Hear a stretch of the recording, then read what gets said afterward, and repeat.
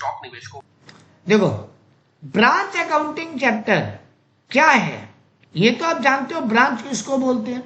एक कंपनी होता है, उसका बहुत सारा ब्रांच हो सकता है ना। जैसे ग्रेट ईस्टर्न का शोरूम का हेड ऑफिस डलहौजी में, हेड ऑफिस डलहौजी में, डलहौजी में इसका एचओ है। तो इसका तो बहुत सारा शोरूम है ना। और मेरे घर के पास 2 है।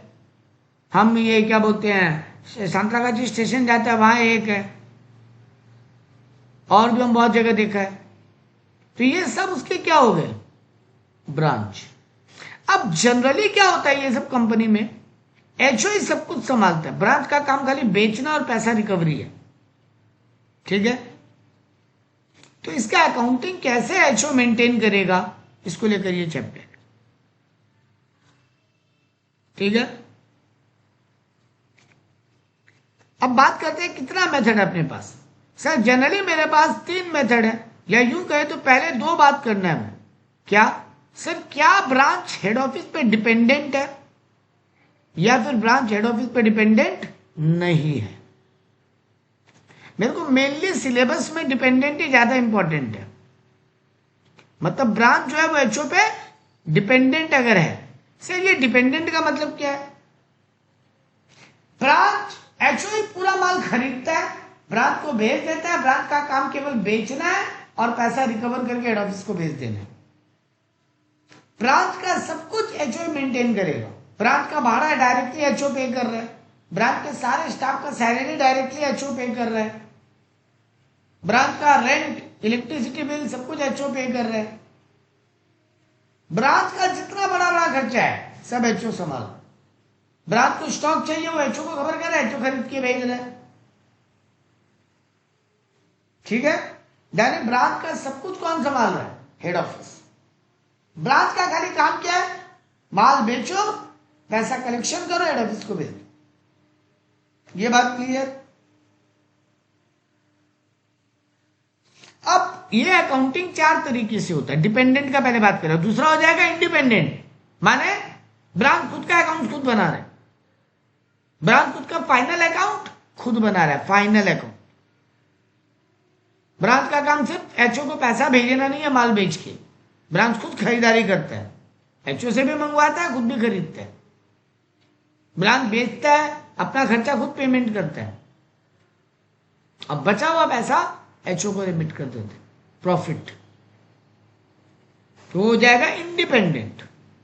तो हम लोग पढ़ते हैं 2 मेथड। ब्रांच क्या एचओ पे डिपेंडेंट है, क्या ब्रांच इंडिपेंडेंट है, माने एचओ पे डिपेंडेंट नहीं है। तो हम लोग डिपेंडेंट ही मेन सिलेबस में, इंडिपेंडेंट तो उतना कुछ कहानी है नहीं, सिंपली इंडिविजुअली फाइनल अकाउंट बनाना है। तो 4 मेथड है डिपेंडेंट के अंदर। पहला मेथड का नाम है डेटर मेथड, इसका दूसरा नाम क्या है? Synthetic method. दूसरा मेथड का नाम है स्टॉक डेटर मेथड, और एक नाम है इसका एनालिटिकल मेथड। एक मेथड है फाइनल अकाउंट मेथड, और एक है, 2 ही है फाइनल अकाउंट, एक है फाइनल अकाउंट कॉस्ट बेसिस और एक है final account wholesale price basis. तो हिसाब से देखा जाए तो ब्रांच अकाउंटिंग में डिपेंडेंट मेथड में 4 मेथड है। यूं कहें तो 3 मेथड है, debtor method, stock debtor method, final account method. Final account method फिर 2 टाइप का है, कॉस्ट बेसिस या होलसेल प्राइस बेसिस। अब ये जो डेटर या स्टॉक डेटर भी पढ़ेंगे ना, या फाइनल अकाउंट में पढ़ेंगे ना, इसमें भी 2 तरीके का सम बनेगा। एक है कॉस्ट प्राइस और एक है इनवॉइस प्राइस। बहुत ज्यादा फर्क नहीं होगा, मेथड सेम ही काम करेगा, खाली कुछ फिगर के बारे में बात करना। तो बेसिकली अभी डिपेंडेंट मेथड में 4 मेथड पढ़ रहे हैं, stock data method, stock data method, final account cost basis, final account wholesale price. और फिर इन चारों में ही 2 तरीके से सॉल्यूशन पढ़ेंगे। एचओ ब्रांच को जो माल भेज रहा है कॉस्ट पे भेज रहा है, मतलब एचओ ब्रांच से अलग से प्रॉफिट चार्ज नहीं कर रहा है, वो हो गया कॉस्ट प्राइस। और एचओ ब्रांच से प्रॉफिट चार्ज कर रहा है, वो हो गया इनवॉइस प्राइस, ठीक है। ये कॉस्ट प्राइस इनवॉइस प्राइस आप जानते हो, क्योंकि आप कंसाइनमेंट में भी पहले किए हो इसको, इंक्लूडिंग प्रॉफिट या एट कॉस्ट। इंक्लूडिंग प्रॉफिट, मतलब ब्रांच एचओ हेड ऑफिस अपने ब्रांच से प्रॉफिट मिला के पैसा मांगता है, जब माल भेजता है तो प्रॉफिट इंक्लूड करके बोल के बताता है, दैट इज इनवॉइस प्राइस, और कॉस्ट पर बताता है दैट इज कॉस्ट प्राइस। आज फटाफट पहले दोनों मेथड निपटाते हैं। पहला मेथड का नाम है डेटर मेथड। एकदम सिंपल लैंग्वेज में बोले बेटा, एक लाइन में हेड ऑफिस ब्रांच को अपना डेटर मानता है, डेटर की तरह मानता है, डेटर एग्जैक्टली नहीं मानता, डेटर की तरह मानता है। आपको अगर हम बोले कि चंद्रलेखा मेरी डेटर है, तो जब जब चंद्रलेखा का अकाउंट इंक्रीज हो रहा होगा, मतलब हम चंद्रलेखा से पैसा पाते होंगे, तो किस तरफ लिखेंगे? Debit side. और जब जब कम करना होगा डेटर को, क्रेडिट साइड। डेटर बढ़े तो डेबिट, डेटर घटे तो क्रेडिट। इतना ही लॉजिक पे काम करना। ये लॉजिक आपको बताया था आपका अकाउंटिंग में। सर कॉस्ट और इनवॉइस प्राइस में क्या फर्क होगा? कुछ खास फर्क नहीं होगा। आपको आता है लोडिंग कैंसिल करने वाला बात, वही करना सिखाएं। देखो यहां पे क्या क्या किधर आए। आपको एक सम दिया, बोला डीके ट्रेडर ऑफ आसाम। हम आपको लॉजिक बता दिया, क्या सोच के बनाना है? जब जब डेटर बढ़े तो डेबिट, डेटर घटे तो क्रेडिट। एचओ ब्रांच को अपना डेटर की तरह मानता है। तो यहां पे दो ही अकाउंट बनेगा, एक तो ब्रांच अकाउंट, मेन दो ही अकाउंट बनेगा, एक तो ब्रांच अकाउंट और दूसरा बनेगा ब्रांच का डेटर, जिसको बोलते हैं मेमोरेंडम डेटर अकाउंट। अरे ब्रांच भी तो जिसको माल बेचता होगा, तो ब्रांच भी तो उधार में बेच सकता है ना। तो ब्रांच का डेटर अकाउंट, ये ब्रांच का डेटर है। यहां पर जो ब्रांच अकाउंट बन रहा है, वहां पे एचओ ब्रांच को अपना डेटर मान रहा है, वैसे अकाउंट बना रहा है ब्रांच का। ये कौन बना रहा है? In the books of HO है, ये एचओ मेंटेन कर रहा है। दो मेन लेजर है, एक आध छोटा मोटा लेजर और है। तो मेन दो ही अकाउंट है, ब्रांच अकाउंट और मेमोरेंडम डेटर अकाउंट, मतलब ब्रांच का डेटर। एक सिंपल बात बता दे, मेमोरेंडम डेटर में बनाने का भी दरकार तब पड़ेगा अगर क्लोजिंग डेटर नॉट गिवन होगा या ओपनिंग डेटर नॉट गिवन होगा, या इस बार कितना डेटर से कलेक्शन हुआ, मतलब ब्रांच जिनको माल बेचा वहां से कितना पैसा कलेक्ट हुआ। ये तीन में से अगर एक इन्फो गायब है तो मेमोरेंडम डेटर बनाने का जरूरत भी है, वरना फिर वो टाइम पास अकाउंट है, उससे कुछ नहीं मिलने वाला, बस खाली बना के छोड़ देना। तीन में से एक फिगर गायब होगा, वही मेमोरेंडम डेटर से मिलेगा। ओपनिंग डेटर ब्रांच जिसको माल बेचा है वहां से साल की शुरुआत में कितना पैसा पाता है, क्लोजिंग डेटर यानी साल के एंड में कितना पाता है, और ड्यूरिंग द ईयर कितना कैश कलेक्ट हुआ। ठीक है। और ब्रांच जो अकाउंट बनाएंगे वो तो हम आपको लॉजिक बता दिया, जब जो ब्रांच का वैल्यू बढ़ रहा है डेबिट, ब्रांच कम हो रहा है क्रेडिट। देखो यहाँ पे एक सम में कर लेते हैं। DK trader of Assam has a branch at Mumbai. The branch receives all supply of goods from HO. यही तो हो गया डिपेंडेंट मेथड, सारा सप्लाई कौन करता है? HO. Following particular related to Mumbai branch for the year 31 March 2022, prepare a branch account. आगे ना बोला था एक टाइम पास अकाउंट होगा जिसका नाम है goods send to branch account. तो यहाँ पे तीन अकाउंट बन रहे हैं, ब्रांच अकाउंट, मेमोरेंडम लेटर और goods send to branch account. ये time pass account, GSTB account, इसका कोई काम नहीं होता। तो अब देखो क्या क्या बताया, मेरे को बता रहा ब्रांच के पास ओपनिंग स्टॉक कितना है, सब एट कॉस्ट बता रहे।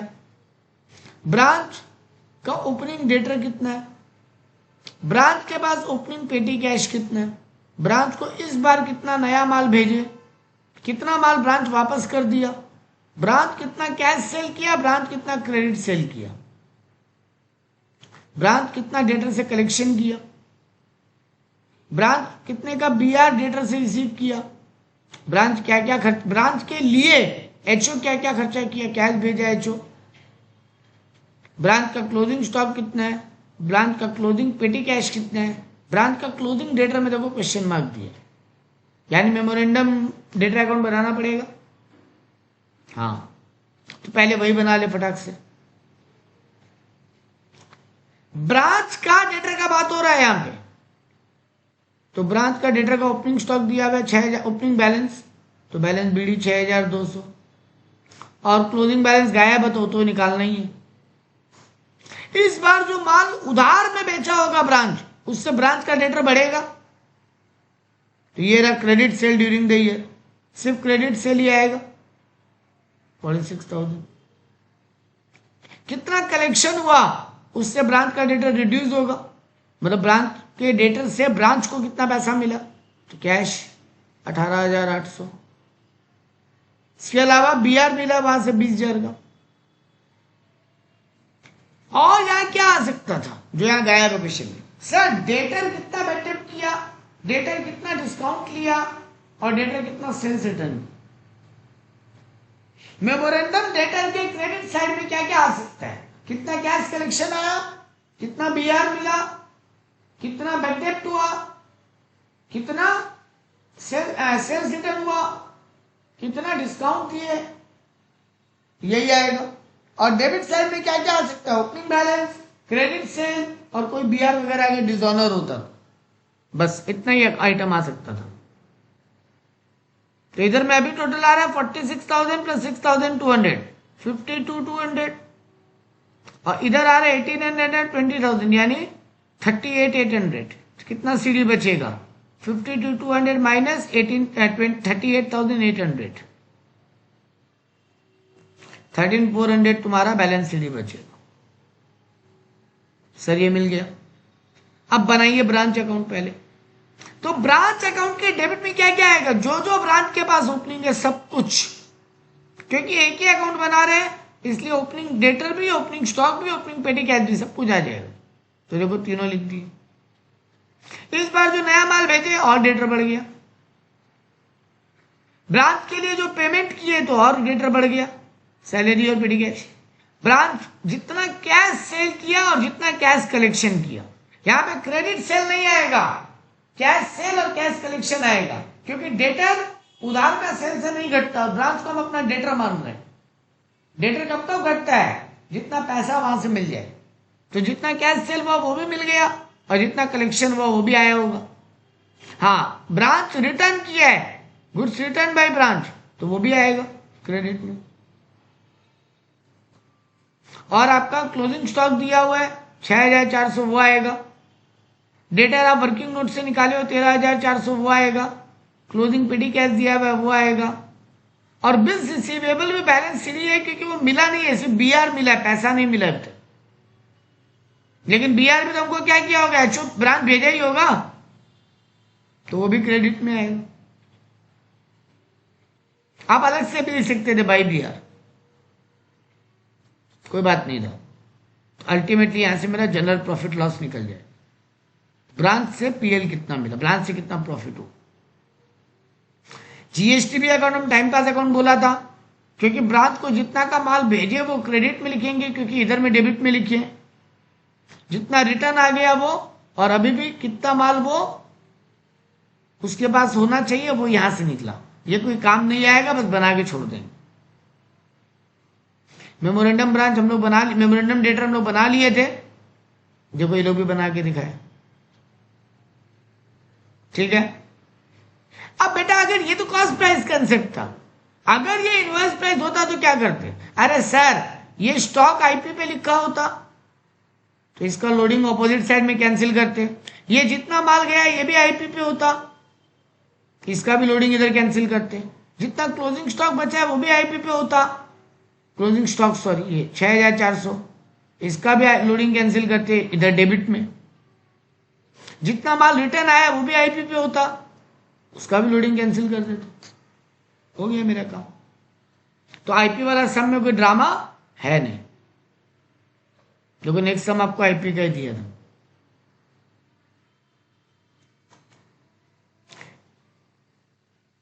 ठीक है, ये करना है एक बार, बाकी सब कुछ सेम है, बस लोडिंग कैंसिल कर रहे हैं। ये लोग क्या करता है बेटा, जो इतना माल इस बार ब्रांच से गया ना उसका रिटर्न का लोडिंग माइनस करके ही लिखते हैं। तुम मत करना, तुमको जो अभी हम सिखाया वही करना। रिटर्न किधर लिखते हो, क्रेडिट में, तो उसका लोडिंग डेबिट में कैंसिल कर लेना। माल जितना गया डेबिट में उसका लोडिंग पूरा क्रेडिट में कैंसिल कर लेना। ये लोग नेट कर लेता है एडजस्ट, तुम मत करो, फालतू कंफ्यूजन करने का जरूरत नहीं। पूरा ब्रांच अकाउंट में गुड्स जहां जहां आ रहा है उसका लोडिंग ऑपोजिट साइड में कैंसिल। ओपनिंग स्टॉक एक गुड्स है, उसका लोडिंग क्रेडिट में कैंसिल कर रहे हैं। क्लोजिंग स्टॉक एक गुड्स है, उसका लोडिंग डेबिट में कैंसिल कर रहे हैं। इस बार जो माल गया नया वो भी गुड्स है, उसका लोडिंग क्रेडिट में कैंसिल कर रहे हैं। जितना माल रिटर्न आया वो क्रेडिट में लिखे हैं तो उसका लोडिंग डेबिट में कैंसिल कर रहे हैं। बस सिर्फ गुड्स को पकड़ना है, ऑप्शन। ठीक है। एक काम का बात और, सर अगर सम सो लोडिंग वाला आईपी वाला और कोई फिगर एट कॉस्ट दिया हो तो पहले उसमें लोडिंग ऐड करके लिखना, हमेशा लोडिंग ऑपोजिट में कैंसिल करना है। माने अगर तुमको दे देता लोडिंग वाला सम लेकिन बताता ओपनिंग स्टॉक एट कॉस्ट है तो तुम उसको एट आईपी बना के लिखते और उसका लोडिंग ऑपोजिट में कैंसिल करते। ठीक है। ये बात ध्यान रखना है कि लोडिंग का सम में सारा गुड्स का फिगर इंक्लूडिंग लोडिंग होना पड़ेगा और फिर लोडिंग ऑपोजिट में कैंसिल होना पड़ेगा। यही है और कुछ नहीं। अब आ जाओ स्टॉक डेटर मेथड पे। ठीक है। स्टॉक डेटर मेथड में अपने को जनरली, हम एक बात पहले बोले, अपने को मेन 3 लेजर काम कर, या यूं कहें तो मेन 4 लेजर काम कर। थोड़ा जगह निकालते हो, यही करते। मेन 4 लेजर काम कर जब हम बोलते हैं स्टॉक डेटर मेथड। एक आध लेजर और बनाने बोलता है लेकिन अगेन वो टाइम पास लेजर है। स्टॉक डेटर मेथड में अपने मेन 4 लेजर काम का, कभी कभी 3 ही काम का। एक बनेगा stock account, branch stock account जिसको बोलते हैं। एक बनेगा ब्रांच डेटर अकाउंट। एक बनेगा ब्रांच पीएल एडजस्टमेंट अकाउंट जहां सारा लोडिंग कैंसिल हो, और एक बनेगा ब्रांच पीएल अकाउंट। तुम ब्रांच एडजस्टमेंट अकाउंट भी बोल सकते हो इसको। तो मेन ये 4 ही अकाउंट बनेगा तुम्हारा। क्या क्या?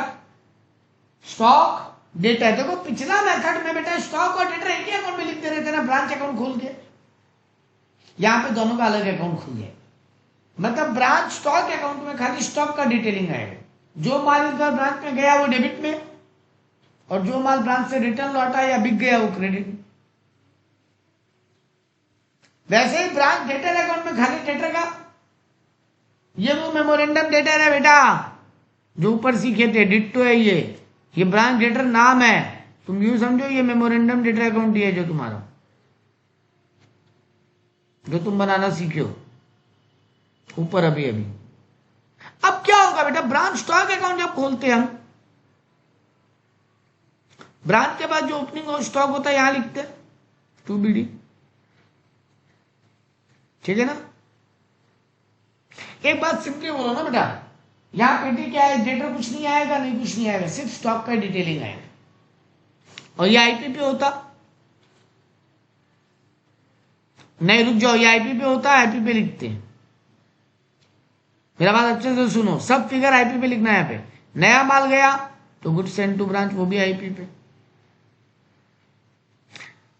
यहां ब्रांच के लिए जो खर्चा किया वो आएगा नहीं सर, क्योंकि ये तो खाली स्टॉक अकाउंट है, तो खर्चा क्यों आएगा।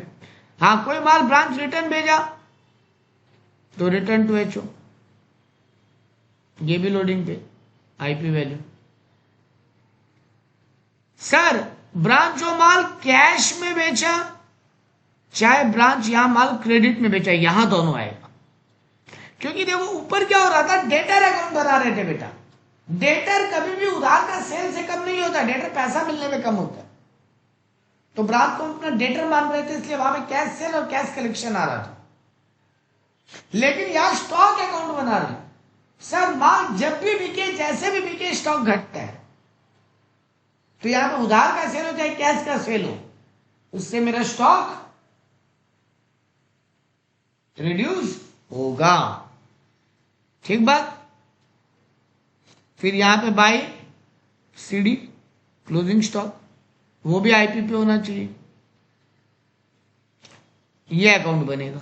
सर यहां से अगर बैलेंस नहीं निकला तो बल्ले बल्ले, अगर निकला तो क्या निकलेगा बेटा, अगर इधर कम पड़ गया फिगर तो उसको बोलेंगे बाई डेफिसिट, और इधर कम पड़ गया फिगर तो टू सरप्लस। स्टॉक देखो जनरली बैलेंस हो जाना चाहिए, बट अगर नहीं हो रहा है तो डेफिसिट और सरप्लस। डेबिट में कम पड़े तो सरप्लस, क्योंकि डेबिट में नेट प्रॉफिट होता है ना, डेबिट में नेट प्रॉफिट। हाँ बोलो, जनरली तो ऑटो बैलेंस हो जाना चाहिए, अगर नहीं हुआ तो सरप्लस और डेफिसिट यूज करेंगे। यहां पे सरप्लस बैलेंसिंग फिगर होगा या फिर डेफिसिट होगा, ठीक है। मेमोरेंडम डेटर सेम बनाना है जैसे बनाना सीखियो। अब आओ ब्रांच पीएल एडजस्टमेंट पे। बेटा ओपनिंग स्टॉक कितने लिखे थे स्टॉक अकाउंट में, तो उसका लोडिंग यहां पे क्रेडिट में, बाय स्टॉक रिजर्व ओपनिंग बोल के यहां लोडिंग। देखो ओपनिंग क्लोजिंग में जो लोडिंग होता है ना उसको स्टॉक रिजर्व बोलते हैं, बाकी आइटम में लोडिंग होता है वो उन्हीं के नाम से कैंसिल होता है। ये ऊपर वाले मेथड में भी काम आता है। तो यहां पे ओपनिंग स्टॉक में लोडिंग था तो स्टॉक रिजर्व बोल के लिख दिए क्रेडिट में। माल इस बार जो नया गया किधर लिखे थे जब गया था तब, डेबिट में, तो इसका लोडिंग भी इधर ही, by good send to branch, bracket में लोडिंग लिख के अमाउंट लिख देंगे रिजर्व लोडिंग का। माल रिटर्न आया तो किधर लिखे, ब्रांच से जो माल एचओ को रिटर्न गया कहां लिखे थे, क्रेडिट में, तो उसका लोडिंग इधर कैंसिल हो जाएगा, to stock return to HO, उसका लोडिंग यहां कैंसिल, ब्रैकेट में लोडिंग लिख के यहां लोडिंग लिख देंगे, ठीक है। क्लोजिंग स्टॉक जो बच गया उसको कहां लिखे, क्लोजिंग स्टॉक जो गया क्रेडिट में लिखे थे उसका लोडिंग इधर कैंसिल कर देंगे, टू स्टॉक रिजर्व ब्रैकेट में क्लोजिंग लिख के। मतलब सर ब्रांच स्टॉक अकाउंट में जिधर लिखे थे ब्रांच स्टॉक एडजस्टमेंट अकाउंट के उल्टा साइड में उसका लोडिंग कैंसिल हो जाए, और इससे जो मेरा प्रॉफिट आएगा या लॉस आएगा वो जाएगा ब्रांच पीएल अकाउंट, ठीक है। ब्रांच पीएल में क्या जाएगा सर, ये स्टॉक अकाउंट से अगर सरप्लस आता तो वो जाता इधर क्रेडिट में, अगर डेफिसिट आता तो वो जाता इधर क्रेडिट में, ठीक है। हेलो, और अगर ये जो पीएल एडजस्टमेंट अकाउंट से भी डेबिट में बैलेंस बचता तो क्रेडिट में जाता, पीएल अकाउंट के क्रेडिट में बैलेंस बचे तो डेबिट में जाता, जो भी खर्चा लगा सारा यहां लिखते और यहां से मेरा फाइनल प्रॉफिट निकल के आता, ब्रांच पीएल फाइनल। यही आपका।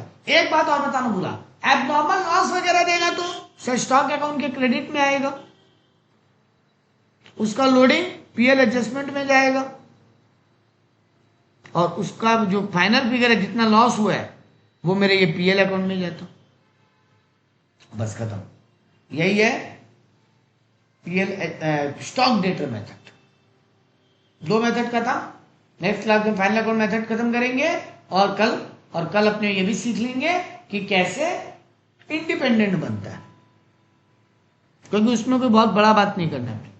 अब आपका काम होना चाहिए फिलहाल जो आपका ये स्टॉक डेटा मेथड है उसका सम कम से कम पहले बना दो, क्योंकि मैक्सिमम चांस है यही आने स्टॉक डेटा मेथड। तो इसका सम बनाओ, डाउट है तो बताना, कल पहले सम क्लियर करेंगे फिर अगला दोनों मेथड बताएं, ठीक है। चलो।